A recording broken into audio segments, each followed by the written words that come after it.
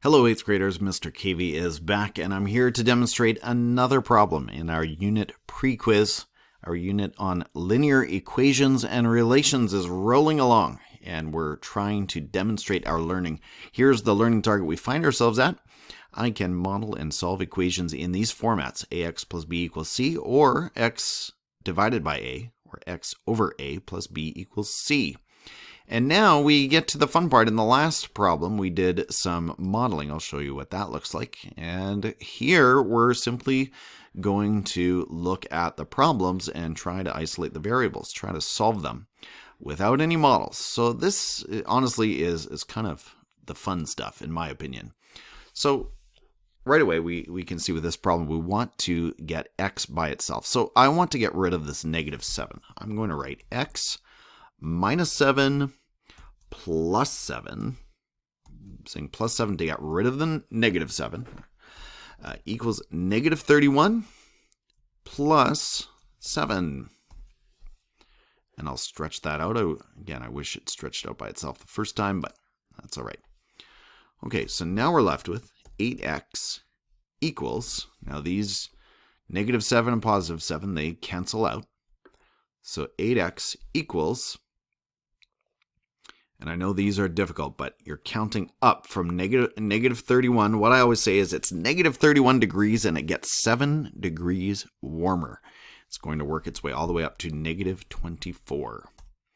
Okay, so how do we get rid of the 8? We're so close. We just need to get rid of the 8. We're going to divide both sides by 8. So 8x divided by 8 equals negative 24. Oh, you know what? I like to show what I'm adding to the equation using these signs here, these squiggly marks.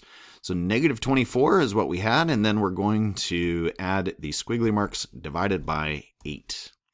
All right, what does that leave us with? X equals, so we have our answer. It is negative 24 divided by 8 is negative 3. We solved for x. Let's move on to this problem. Okay, we've got negative 6n plus 2. So I want to get rid of the 2, right? I want to isolate n. Isolate n, get it by itself. So let's write negative 10. Whoops, negative 10, not 100. And I can tell you right now I want to add a negative 2 to both sides. I want to add a negative 2 here to cancel out this positive 2. So let's do it. Negative 2 or minus 2 equals negative 6n plus 2 minus 2. All right. Okay, there we go. Now, let's take a look at what we have. We're putting these negative tiles together. Negative 10. Did I do that correctly? Negative 10. That looks like negative 10 times negative 2. So I want to be careful of that. How can I do that better? Okay. I guess the best thing I can say there is there's no multiplication sign, and if there were parentheses, then we would say we're multiplying them together, but I'm just showing you the squiggly lines to show you that this is what I'm adding to the equation. I think in this case, I'm going to go back. I'm just not going to include those because otherwise you're going to think I'm multiplying, and that is not what I'm doing.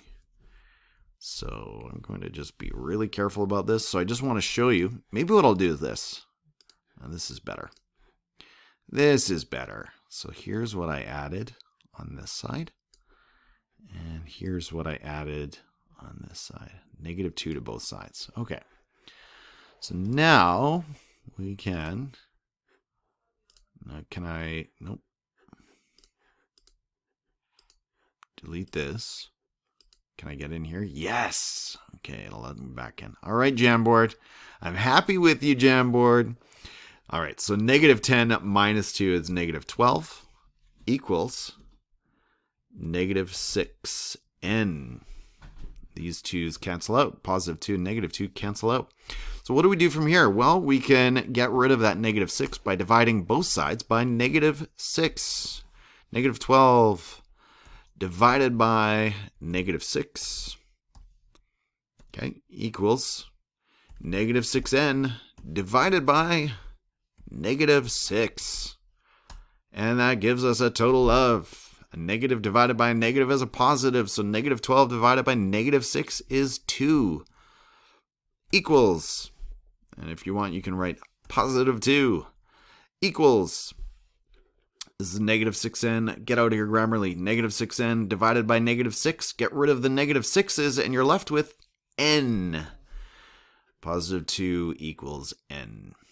Okay, and then I got a little excited on that one. Okay, and now for this last problem, we've got p over 13 minus 2 equals negative 3. I want to get rid of this minus 2 right away. So p divided by 13 minus 2 plus 2 equals negative 3 plus 2. Now I'm going to do the same thing again and circle what I added using the green marker just to make sure I'm not confusing anyone.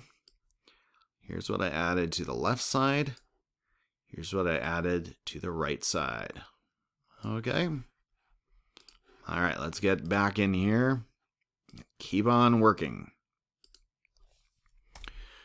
Okay, so p divided by 13 minus 2 plus 2. Those two are going to cancel out, those two 2's. Leave me just p divided by 13 equals negative 1. Negative 3 plus 2 is negative 1. Now we're almost done for the third time, but I need to get rid of this 13. So to do that, I'm going to multiply both sides by 13.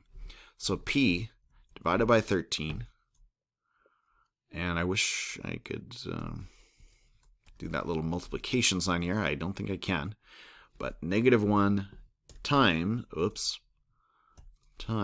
13. Maybe what I'll do is I'll actually use the parentheses, since they actually do belong here, and just use that green marker one more time to show you what I'm doing. So I added the times 13 bit over here, and I added the times 13 bit over here.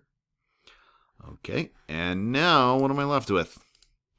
P divided by 13 times 13 is going to be p.